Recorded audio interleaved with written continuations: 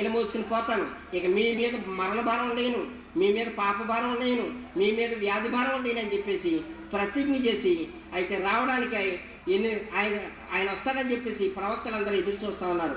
13 ప్రవక్తలు చూశారు, రాలేదు. ఆ ఆఖరు ప్రవక్త 13వ ప్రవక్త చూసిన తర్వాత 4000 సంవత్సరాలు ఇతడికి ఆయన రావడానికి సిద్ధమైంది. అప్పటికి పెండ్లి కుమార్తె సిద్ధమైంది. ఎవరు? మరియా, కన్య మరియ సిద్ధమైంది. అప్పుడు కన్య మరియలోకి రావడానికి ఆయన ఇష్టపడి నరుడిగా రావాలి దేవుడు, ఇంత భూమి ఆకాశం కలిగిన దేవుడు నరుడిగా రావాలని సామాన్యమైన సంగత. కరిగిపోవాలి, ఆయన కరిగిపోయి మరియమ్మ గర్భంలో ప్రవేశించాలి. మరియమ్మ గర్భంలో ప్రవేశించిన మళ్ళా అవయవాలు తయారవ్వాలి. అందుకని మళ్ళా 9 మాసాలు మరియమ్మ గర్భంలో ఉండిపోయాడు. 9 మాసాలు అయితే మళ్ళా శిష్యుడిగా తయారైన తర్వాత, సమయం సంపూర్ణ అయిన తర్వాత, కాలం పరిపూర్ణం అయిపోయిన తర్వాత ఖచ్చితంగా దావీదు నగరు బెత్లెహేములోకి వచ్చి ఆయన పుట్టాడు కనుక కైసర్ అగుస్టురాజుకి రోమ్ చక్రవర్తికి ఆదేశం ఇచ్చాడు. ఇదిగో భూలోకంలో వారిని అందరూ కూడా దావీదు నగరు బెత్లెహేములోకి రప్పించు, వారందరి మధ్యలో నేను దేవుని రుజువు చేసుకోవాలి, నేను పుడతానని చెప్పేసి. ఇక భూలోకంలో ఏ దేశంలో కూడా ఎక్కడ కూడా ఏ కన్య ఏ స్త్రీ కూడా గర్భవతావడానికి వీల్లేదు, ఆ రోజు ప్రసవించడానికి వీల్లేదు. ఒక కన్య మరియ ప్రసవించాలి. అలా ప్రసవిస్తేనే ఆయన దేవుడు అవుతాడు. అందువల్ల కన్య మరియ దావీదు నగరు బెత్లెహేముకి వెళ్ళిపోయిన తర్వాత, ఆ టైం అయిపోయిన తర్వాత, రాత్రి కాలంలో ఆ శిశువు పుట్టిన తర్వాత, ఆ పుట్టిన శిశువుని తీసుకెళ్ళి వారి పశువులశాలలో ఆ తొట్లో పరుణ పెట్టారన్నమాట. అప్పుడు పరుణ పెట్టిన తర్వాత ఏడవడం మొదలుపెట్టి, ఎందుకు కారణం? పాపలోకానికి వచ్చేసాడు కదా, ఈ పాపలోకంలో పుట్టాడు పరిశుద్ధుడైన దేవుడు. ఏడుస్తూ ఉన్నాడు. జోసెఫ్ మరియలు ఏమంటున్నారు? ఏడొద్దు నాయన నరుడేటైనా మనలాంటి మనిషా, వీరు ఏడొద్దంటే ఏడకుండా ఉండడానికి ఏడుస్తానన్నాడు. ఆయన ఏడుపు ఆకాశం దాటేసింది, సూర్యచంద్ర నక్షత్రం దాటేసింది, మహిమలోకి వెళ్ళిపోయింది. ఆయన మహిమ సింహాసనం దగ్గరికి వెళ్ళిపోయింది. రోదన చేస్తూ ఉన్నది. ఏమిటని చెప్పేసి దేవదూతలు తొందరగా అడావిడి పడిపోతూ ఉన్నారన్నమాట. ఏమిటి రోదన అంటే దేవుడి సింహాసనం, దేవుడి సింహాసనం మీద లేడు. 24 పెద్ద దగ్గరికి వెళ్తే సమాజం ఉంది కానీ మంచి ప్రార్థన జరుగుతున్నా అక్కడ దేవుడు లేడు. 4 జీవుల దగ్గరికి వెళ్తే అక్కడ ప్రార్థన జరుగుతుంది, మంచి ప్రార్థన జరుగుతుంది కానీ అక్కడ ప్రభు లేడు. సరే, వారు అక్కడి నుంచి మళ్ళీ ఆ మేఘంలోకి వచ్చారు, మేఘం నుంచి మళ్ళీ వాయుమండలంలోకి వచ్చారు, వాయుమండలం భూలోకంలోకి వచ్చారు. ఆలోచిస్తున్నారు, ఎక్కడి నుంచి వస్తుంది స్వరం? ఆ పశువులశాల నుంచి వస్తుంది. పశువులశాల మీదకి వెళ్ళిపోయి దేవదూతలు వెళ్ళిపోయి చూస్తే, వంగు చూస్తే ఆయన పశువులశాలలో తొట్లు పండుగలు ఉన్నాడు. ఓహో, సరే ఈయన పుట్టేశాడు అనమాట అని చెప్పేసి ఈ వర్తమానం దావీదు నగరు బెత్లెహేములో ఉన్న వాళ్ళు చెప్తారని ఆ బెత్లెహేములో ఉన్న వారందరూ కూడా మీ మధ్యన ఎంతమంది అయితే నిద్రపోతున్నారు బుర్రపెట్టి, అలాగే నిద్రపోతున్నారు ఆ రోజులు కూడా చాలామంది. అదే ఇక్కడ కూడా జరుగుతుంది కనుక నిద్రపోయి మనం ఎందుకు మాట్లాడాలి, సంగతి ఎందుకు చెప్పాలని చెప్పేసి ఆ దేవదూతలు వారిని విడిచిపెట్టి కొంచెం ముందుకు పోయి మైదానంలో గొర్రెలు కాసుకునే కాపర్లు వారు యేసుప్రభు పుడతారని చెప్పేసి వారు ఎదురు చూస్తూ ఉన్నారు మోకాళ్ళ మీద. అప్పుడు వారి పైకి వెళ్ళిపోయి దేవదూతలు నిలబడితే ఆ వెలికి వారు భయపడిపోయారు. వారు 4 వైపులు దేవుని మహిమ ప్రకాశమానంగా ఉన్నది, వారు భయపడొద్దు అని చెప్పి చెప్తున్నారు పైన దేవదూతలు. భయపడొద్దు, సర్వలోకానికి సర్వజనాంగానికి అత్యంత ఆనందకరమైనటువంటి సువార్త అందించడానికి మేము వచ్చామన్నారు. అందరికీ ఆనందకరమైన సువార్త మేము అందించడానికి వచ్చామని చెప్పి వార్త చెప్పినప్పుడు, ఇదిగో కన్య మరియ గర్భవతి నుంచి ఒక కుమారుడు జన్మించాడు, దావీదు నగరు బెత్లెహేములో పశువులశాలలో తొట్లో పండుకొని ఉన్నాడు, మీకు ఇదే ఆనవాలని చెప్పేటప్పటికి వారు ఆ రాత్రి కాలంలో బట్టలు ఎక్కడ దొరికితే వారికి షాపులు ఎవరు తెస్తారు? మధ్యరాత్రిలోనూ పట్టుకున్న బట్టలతోనే ఉన్నారు.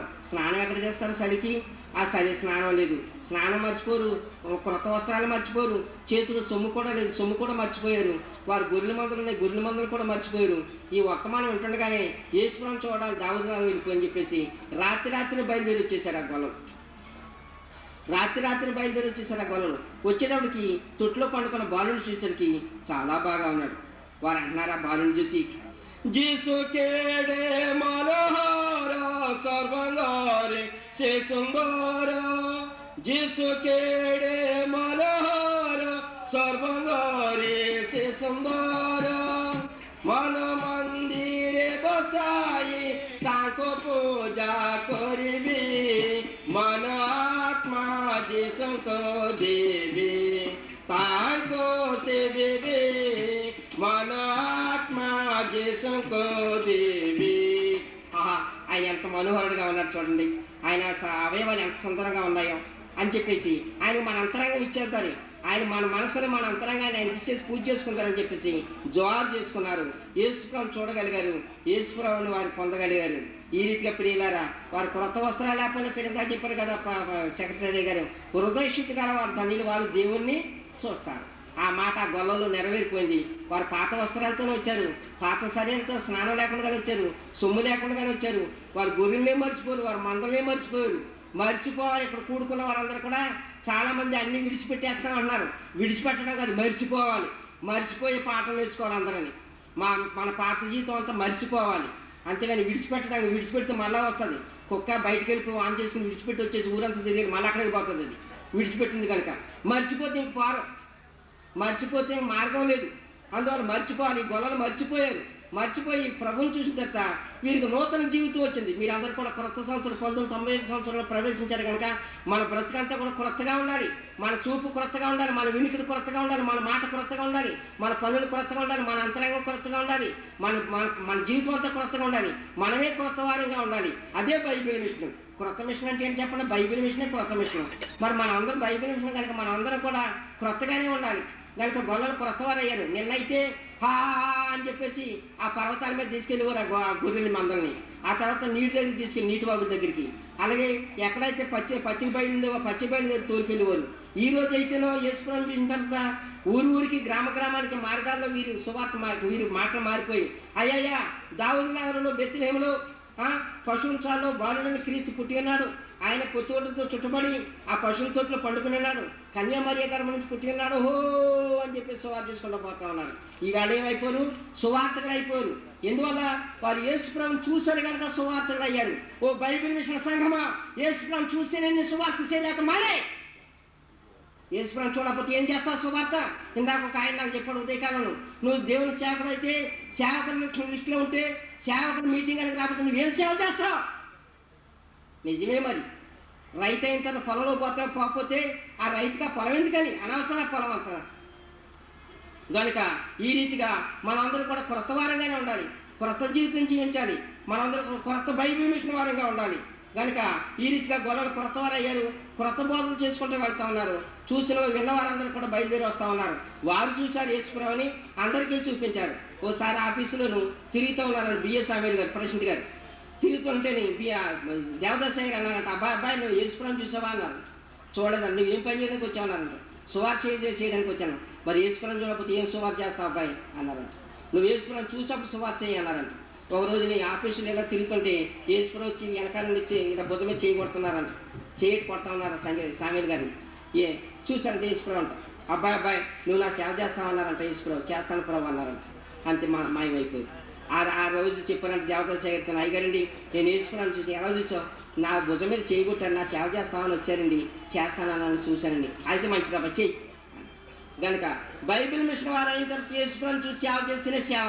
యేసుప్రభుని చూడకుండా ఏం సేవ చేస్తాను? నీ సేవ ఏం ఫలిస్తుందని. కనుక బైబిల్ మిషన్ వారు వచ్చిన వారందరూ కూడా ప్రభుని చూడవలసిందే. ప్రభు చూడకపోతే ఎందుకని బైబిల్ మిషన్? నువ్వు రేపు ఎలాగే ఎగురుతావు యేసుప్రభుని చూడండి. యేసుప్రభుని చూడాలి. అందువల్లే పరలోకంలో సన్నిధి కొట్టాలి, భూలోకంలో దించేసి ప్రతి వారి యొక్క పోగొట్టు దానాన్ని ఇచ్చేసారు దేవదాస్ గారు. మనకి నీ ఇష్టం, చెట్టు కింద మోకరించు సన్ని చేసుకో, రోడ్డు ప్రక్కన సన్ని చేసుకో, పొలంలో సన్ని చేసుకో, నీ ఇంటి దగ్గర సన్ని చేసుకో, నీ పశువుల సన్ని చేసుకో. నువ్వు సన్ని చేసుకుంటూ అటు చేసేవారు ఎవరు లేరు, ఆటం చేసేవారు ఎవరు లేరు. లేకపోతే రాత్రికాలంలో అందరూ పండుకుంటాను, నీ పడక దగ్గరే మోకరించి దైవ ధ్యానం ఉండిపో సన్ని చేసుకుంటాను. ప్రభు కనపడతాను, మాట్లాడతాను. అది యోహాను 14:21 వచ్చిన చదవండి. 14:21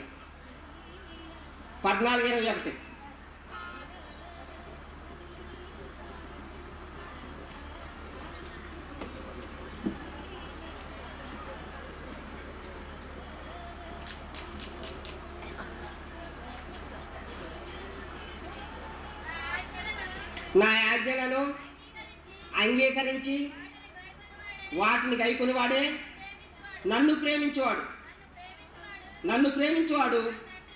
నా తండ్రి వలన ప్రేమింపబడును. నేనును వానిని ప్రేమించి వానికి నన్ను. ఆహా, ఎంత గొప్ప మాట! నన్ను ఎవరైతే ప్రేమిస్తారో వారికి నేనే స్వయంగా వెళ్ళి కనిపిస్తాను అంటున్నాడు ప్రభు. చాలా సంఘాలు అంటున్నా యేసుప్రభు కనపడి మాట్లాడు ఓహో అన్నారు. ఇక్కడ యోహాను గారు అన్నారు యేసుప్రభు కనపడి మాట్లాడతాడు ఓహో అంటాడు. ఆయన ఎవరి మాట నమ్మని చెప్పండి? లోకం మాట నమ్మమా, బైబిల్ మాట నమ్మమా? మనం బైబిల్ మిషన్ వాళ్ళం కనుక బైబిల్ మాటలే తీసుకోవాలి. లోకంతో మనకేం సంబంధం లేదు. కనుక ఇక్కడ ఏమంటున్నాడు, ఎవరైతే యేసుప్రభువుని ప్రేమిస్తున్నారో వారికి ఆయన స్వయంగా వెళ్ళి కనిపిస్తే మాట్లాడతానన్నాడు. కానీ మన ప్రభు అయిన క్రీస్తు వారు మనకు కనిపించి మాట్లాడేవాడు. ఎందుకు పనికిరాని వాళ్ళకి కనిపించి మాట్లాడుతున్నాను. నేను ఎందుకు పనికిరాని వాడిని, నాకు కనిపించి మాట్లాడాడు. నేను పొలంలో పండుకుంటే మధ్యరాత్రి కాలంలో ఆకాశం తెరబడి ప్రభుత్వం పిలుస్తున్నాడు, ఇదిగో 3 దినాల పోతే మీ సహోదరుడికి కుమారుడు పడతాడు అని చెప్పి, ఏంటి ప్రభు అంటే అబ్బాయి అన్నాడు. అంతే, ఆ పొలం నుంచి బయలుదేరి నేను అరణ్యానికి నడిచి వెళ్ళడం ప్రారంభించాను ప్రియులను. దానికి ప్రభు కనపడతాడు, మాట్లాడతాడని నా బ్రతుకులో నేను మీకు సాక్ష్యం ఇస్తా ఉన్నాను. మీరు కూడా ఇతరులకు అదే సాక్ష్యం ఇవ్వాలి. ఈ క్రొత్త సంవత్సరం మన జీవితంతో కూడా క్రొత్తగా ఉండాలి. మనమందరూ క్రొత్తగా బ్రతకాలి. మన సంఘాన్ని క్రొత్తగా ఎత్తి చూపించే వారంగా ఉండాలి. ప్రతి ఒక్కొక్కరి మీద బైబిల్ మిషన్ భారం ఉన్నది. చిన్నపిల్లల మీద ఉన్నది, పెద్దవారి మీద ఉన్నది, వృద్ధుల మీద ఉన్నది, స్త్రీల మీద ఉన్నది, పురుషుల మీద ఉన్నది, యవనస్తుల మీద ఉన్నది, అందరి మీద ఉన్నది. కనుక మనందరూ కూడా బైబిల్ మిషన్ ఎత్తి చూపించే వారంగా ముందు మనం ప్రభుని చూడాలి. ఆ తర్వాత అందరికీ ప్రభుని చూపించే వారంగా ఉండాలి.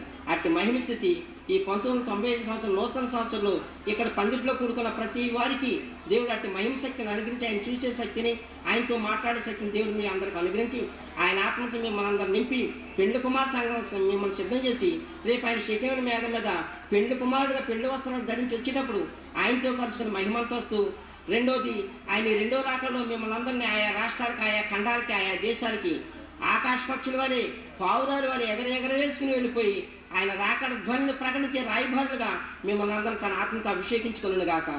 ఆమేన్. చిన్న ప్రార్థన. మహామహిమ గల మా తండ్రి, నీ స్తోత్రములు. నాయన 1995 సంవత్సరంలో కొన్ని నిమిషాల ప్రభా నీ బిడ్డలతో మాట్లాడడానికి నాకు ఇక్కడ తండ్రి, కుమార్, పరిశుద్ధాత్మ నామములో ప్రభా, నాయన ముగ్గురు పెద్దలైన వారు ముగ్గురు ప్రభా, నాయన ఇక్కడ బంగారం, బోనం, సాంబ్రాన్ని తీసుకెళ్లి కాలజ్ఞానులు వారికి కూర్చుని నాకు సమయం ఇచ్చారు ప్రభా. ఆ పెద్దలు మీరు దీవించండి, సంఘాన్ని ఆశీర్వించండి.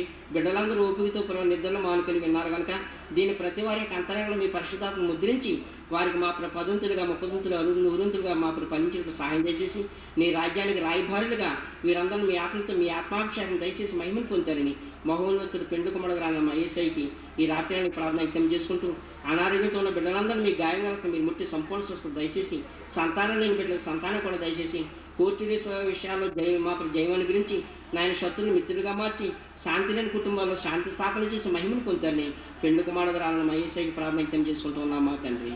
ఆమేన్. మరణ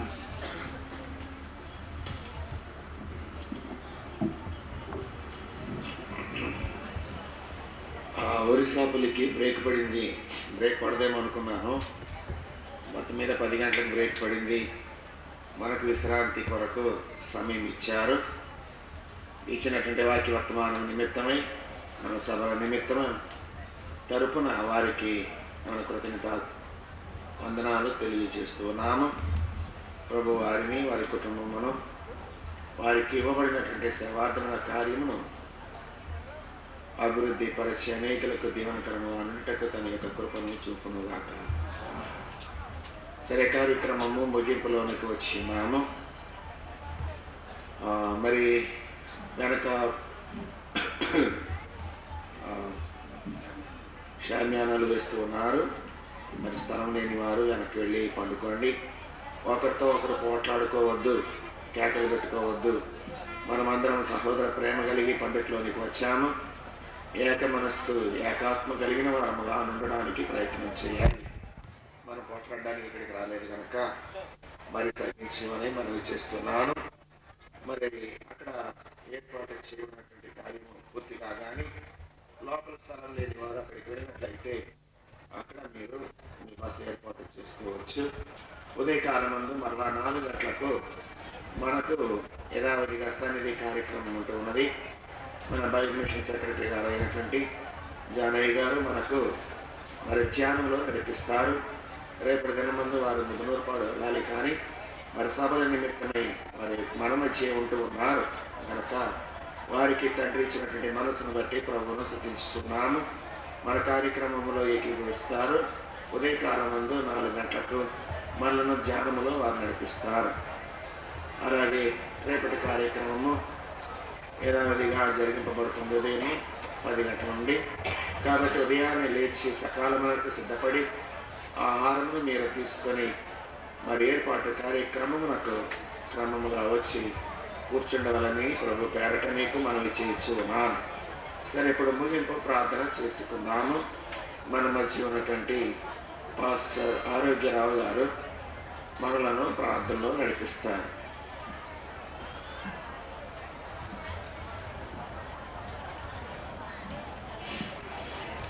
ప్రార్థన చేసుకుందాం. దయానిధివైన మా పరలోకపు తండ్రి, మీ ఘనమైన నామమునకు స్తోత్రము నాయన. అనాది కాలములో మీ తలంపులో ఉన్నటువంటి ఈ 3 దినముల కార్యక్రమము ప్రభా ఈ దినమే మా కళ్ళకు చూపించారు. అందుకై మీకు స్తోత్రము నాయన. ప్రభా మీరే జల ప్రయాణమునకు ముందు నోవహును ఏర్పాటు చేసుకొని నోవహు ద్వారాగా ఒక ఓడను తయారు చేయించారు.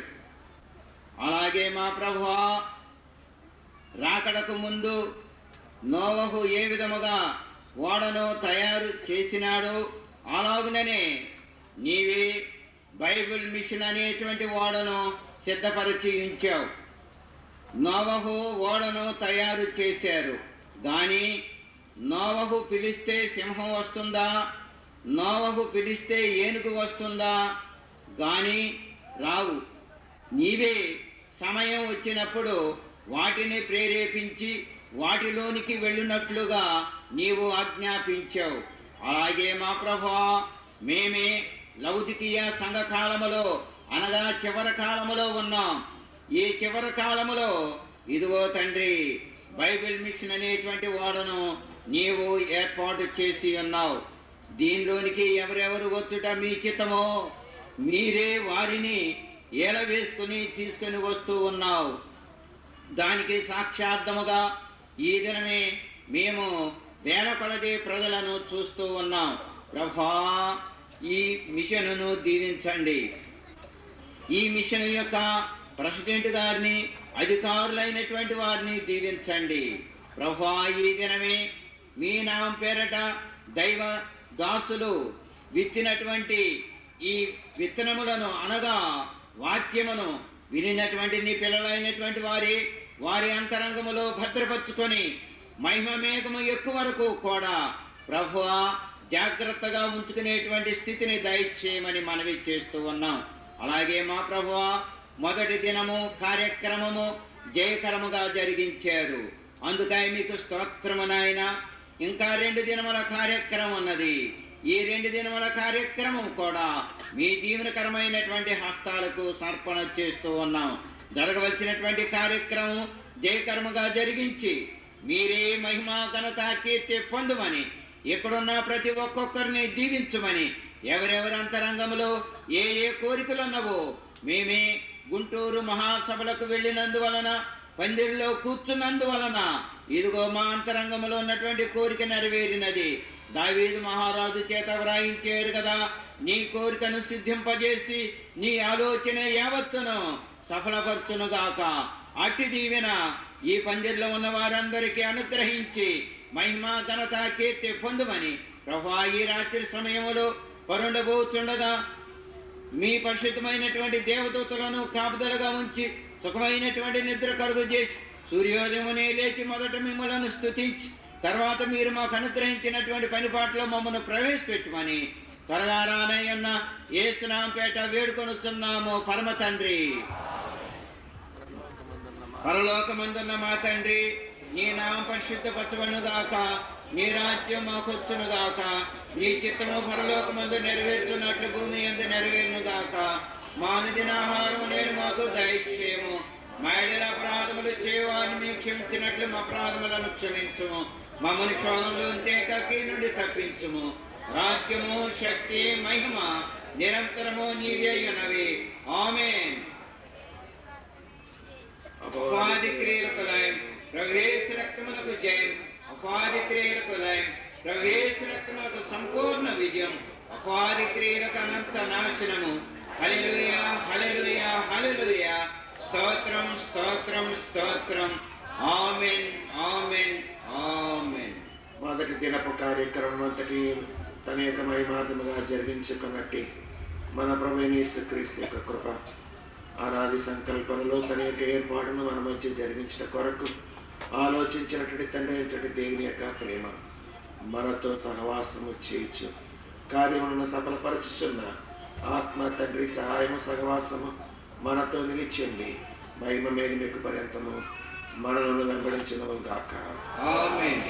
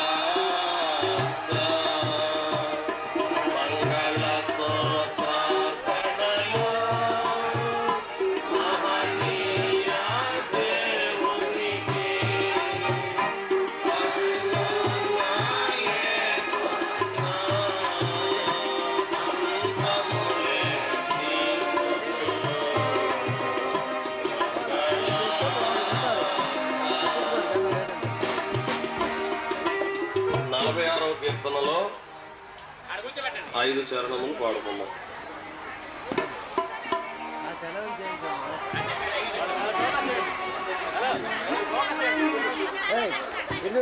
ఇక్కడ 2 పిల్లలు తప్పిపోయిన వారు ఉన్నారు. వారిని టీవీలో చూపించాలి. దయచేసి తల్లిదండ్రులు వచ్చి తీసుకోండి. ఇక మీదట ఎవరి బిడ్డలు వారు మీ స్వాధీనంలో జాగ్రత్తగా ఉంచుకోనండి. 46వ కీర్తన క్రైస్తవ సంఘమ మొదటి 5 చరణములు పాడుకుందాం.